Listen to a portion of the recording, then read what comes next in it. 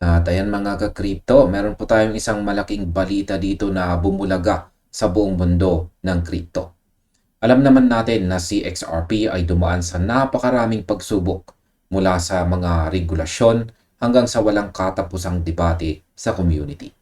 Pero ngayon, isa pong higanting publication sa mundo ng pananalapi o finance ang naglabas ng ulat na talagang kailangan nating pag-usapan. Yan po ay ang Forbes mismo. Yan, sila ay naglabas ng kanilang listahan kung saan kasama po si XRP bilang isa sa mga nangungunang cryptocurrency na dapat po nating bigyan ng pansin. Hindi po ito basta-basta listahan. Ito ay isang formal na pagkilala na nagpapakita kung gaano na po kalayo ang narating ng XRP sa global financial landscape. Kaya sa video na ito ay pag-uusapan po natin ang ulat na ito, ang mga dahilan sa likod ng ranking at ang iba't ibang pananaw na lumabas matapos po itong mailathala. At ayan, simulan po natin sa ating unang katanungan kung bakit nga ba si XRP ang pinili ng Forbes sa top 4. Ayon po sa report na ibinahagi ng kilalang crypto commentator dito na si Bank XRP, inalagay ng Forbes itong si XRP sa ika-4 na pwesto pagdating sa investment worth. Ang ranking na ito ay nakapwesto po sa likod lamang ng 3 haligi ng crypto. At yan ay sina Bitcoin, Ethereum at saka BNB. Napakalaking bagay nito para sa isang asset na ilang taon lang ang nakakaraan ay pinag-uusapan pa kung makakasurvive ba sa mga legal na hamon. Ayon po sa Forbes, ang kanilang batayan ay ang malakas na use cases ng XRP sa global finance at ang suporta nito mula sa iba't ibang institutional partnerships. Sa kasalukuyan, nakatala po ang market cap ng XRP sa $69.21 billion. Sa aking opinyon, ang pagkilala po ng Forbes ay isang validation na hindi na maikakaila. Ang institution ay hindi po basta-basta naglalagay ng asset sa kanilang top list kung wala po itong konkretong gamit. Ang tinutukoy po nilang global finance utility ay ang mismong puso ng XRP. Ang kakayahan po nitong maging bridge sa iba't ibang pera sa mundo. Kapag ang isang financial publication na gaya po ng Forbes ang nagsabi nito, ang mainstream investors na dating nag-aalinlangan ay mapapalingon na. Ito ay hindi lang tungkol sa hype. Ito ay tungkol po sa utility na tumatakbo sa totoong mundo. At ngayon, ano naman ang halaga ng XRP bilang tool sa global finance?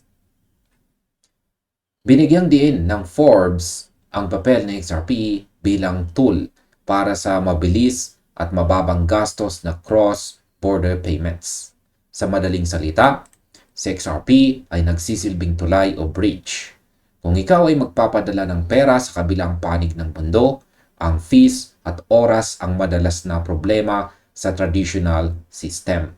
Dito po papasok si XRP para gawing minimal ang bayad at halos instant ang transfer.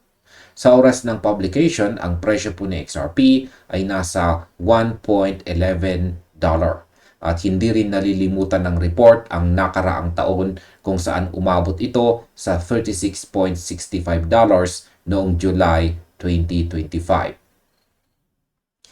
Sa aking opinyon, ang kakayahan po ni XRP na mag-bridge ng mga currency ay ang aking personal na paboritong aspeto. Isipin po ninyo mga crypto, ang fiat currency ay laging may friction. Si XRP ang nagsisilbing lubricant para mas madaling dumaloy ang pera.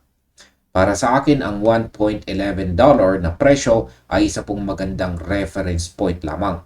Ang mahalaga po rito ay ang teknolohiya. Ang mga bangko at institution ay hindi po naghahanap ng pump coins. Ang hinahanap nila ay efficiency. At ayon po sa Forbes, si XRP ang isa sa mga pinaka-efficient na tool para dito. Ito ay isang solidong pundasyon para sa pangmatagalang halaga. Ngayon ay paano natin titignan ang issue ng centralized control? Siyempre, hindi naging bingi ang Forbes sa mga issue. Binanggit nila ang structural difference ng XRP kumpara kay Bitcoin. Ang pangunahing concerns na nakasaad po sa report ay tungkol sa kung paano pumasok sa XRP sa circulation, partikular ang pagbebenta ng coins ng Ripple. Ito ang dahilan kung bakit marami ang nagtatanong tungkol sa centralized control sa supply. Bagamat kinikilala ang utility ng XRP, hindi ito kinikimkim ng Forbes bilang isang perfect asset dahil sa mga concerns na ito. Sa aking opinyon, dito ako nagiging pragmatiko. Walang asset na perpekto. Si Bitcoin ay may sariling mga debates or debate. Ang Ethereum ay may sarili namang governance issues. Para sa akin, ang centralization claims kay XRP ay isang luma ng argumento. Oo, may hawak na supply ang Ripple. Pero kung titignan mo ang dami ng partnerships nila sa mga financial institutions, makikita mong ang layunin ay gamitin ang supply na iyan para i-scale ang global payments. Kaya para sa akin, ang kontrol na ito ay hindi isang kahinaan, kundi isang paraan para mapanatili ang stability sa ecosystem habang ito ay lumalaki. Ang concerns ng Forbes ay valid. Pero ang sagot dito ay ang patuloy na pag-adapt ng mga bangko. Ngayon, paano naman nag-react ang mga tao sa ranking na ito? Ang XRP community ay hindi po nagpatumpik-tumpik sa pag-react. Marami ang nag-welcome sa ranking bilang isang matinding validation ng vision ni Ripple. May mga nagsabi pa nga na ang global finance utility at saka institutional partnerships ang siyang nagbibigay ng real value. Sabi pa ng isa, ang presyo ay natural na susunod lang sa kung gaano ka-useful ang teknolohiya. Ang $69 billion market cap ay para sa kanila ay patunay na kahit mataas na ang halaga, nananatiling underpriced pa rin sa XRP kung isasama sa equation ang kanilang institutional track record. Sa aking opinyon, gusto ko po ang pananaw na price follows utility.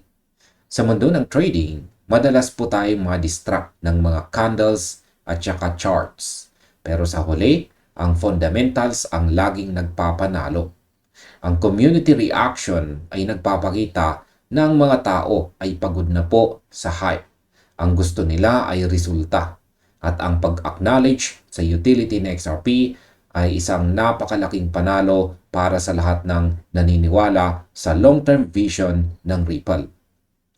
Ang saya lang makita na ang focus ay nasa value at hindi na lang sa kung kailan lilipad ang presyo. Ngayon, mayroon bang mga skeptics sa ranking na ito? Siyempre, hindi lahat ay natuwa. May mga komento na bumasura agad sa Forbes bilang isang source pagdating sa crypto. Sabi ng iba, ang mga rankings at headlines ay hindi naman nagpapagalaw ng pera sa bangko. Ang tunay na test ay kung ginagamit ba talaga ng mga bangko sa XRP sa araw-araw nilang operasyon. May mga skeptics din na nagtanong kung bakit hindi isinama ang full article link sa post ni Bank XRP na nagpapahiwatig na baka may agenda o kulang ang impormasyong ibinahagi. Ngayon sa aking opinyon, maiintindihan ko ang skepticism. Ang media ay media. Minsan ang mga headlines ay ginagawa lang para sa clicks. Pero sa kabilang banda, kahit skeptic ka, hindi mo pwedeng baliwalain ang katotohanan na ang Forbes ay isang standard sa mundo ng business. Ang skepticism ay healthy o malusog sa market. Kung walang nagtatanong, wala ring improvement. Pero para sa akin, ang mahalaga ay ang mga aktual na transactions na nangyayari.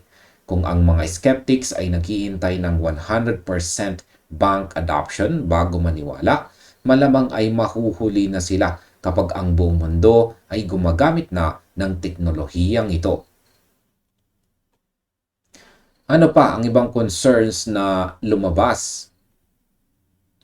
Hindi rin pinalampas ng ibang commentators ang pagbanggit sa mga cons o kahinaan na nakalista sa report ng Forbes na maaaring kinaligtaan ng ilang posters. Ilan sa mga ito ay ang malalaking holdings ng co-founder na si Chris Larsen. Ayan, si Chris Larsen sa XRP. At ang muling pag-akyat po sa usapin ng centralization. Pakiramdam ng ibang users, dapat ilabas ang buong katotohanan at huwag mamili lang ng magagandang balita. Dito na po papasok ang aking opinion naman dyan. Masasabi kong ito ang magandang bahagi ng crypto kung saan ay ang transparency. Gusto ko na may mga taong nagbabantay sa mga cons. Ang pag-highlight sa malaking holdings ni Chris Larsen ay bahagi po ng due diligence ng sinumang investor.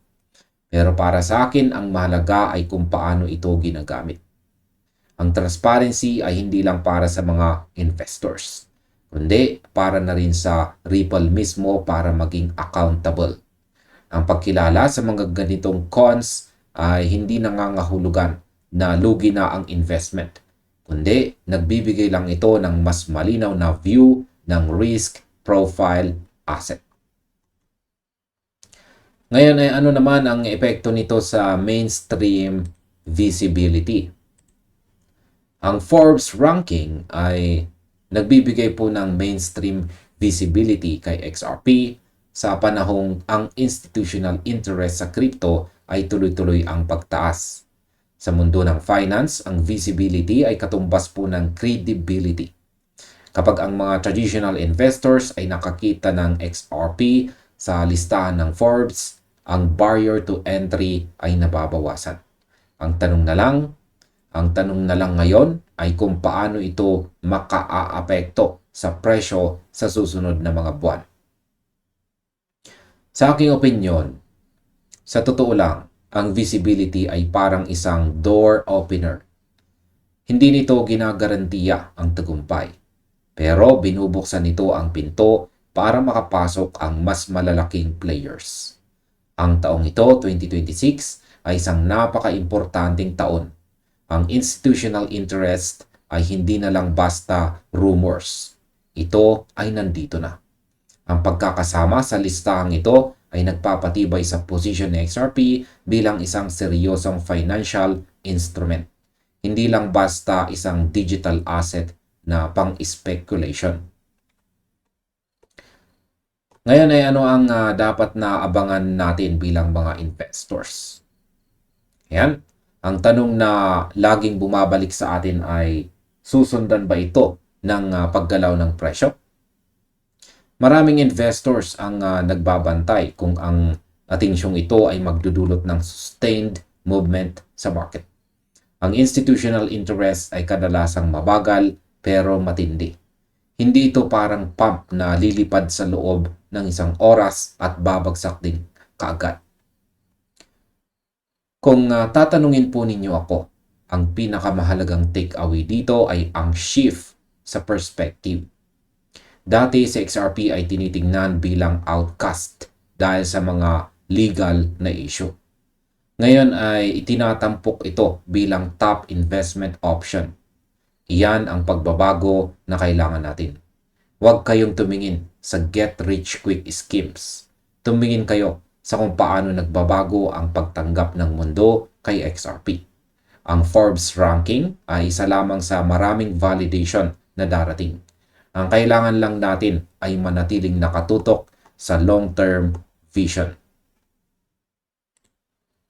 At sa kabuuan, ang pagpasok po ni XRP sa Forbes list ay isang milestone.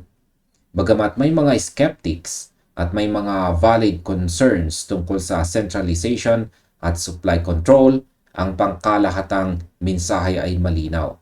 Si XRP ay naging isang global player na hindi na pwedeng baliwalain ng mainstream financial institutions. Ito po ay isang pagkilala ng technology ni Ripple ay may malaking ambag sa kung paano gumagalaw ang pera sa mundo ngayon. Bilang pagtatapos, naniniwala ako na ang balitang ito ay dapat nating tignan bilang isang confidence booster.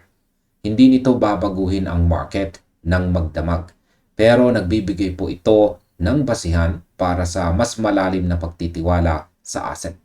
Sa mundong ito na puno ng ingay, ang pagkakaroon ng ganitong uri ng report ay parang isang sanity check. Ipinapaalala nito sa atin kung bakit tayo nandito.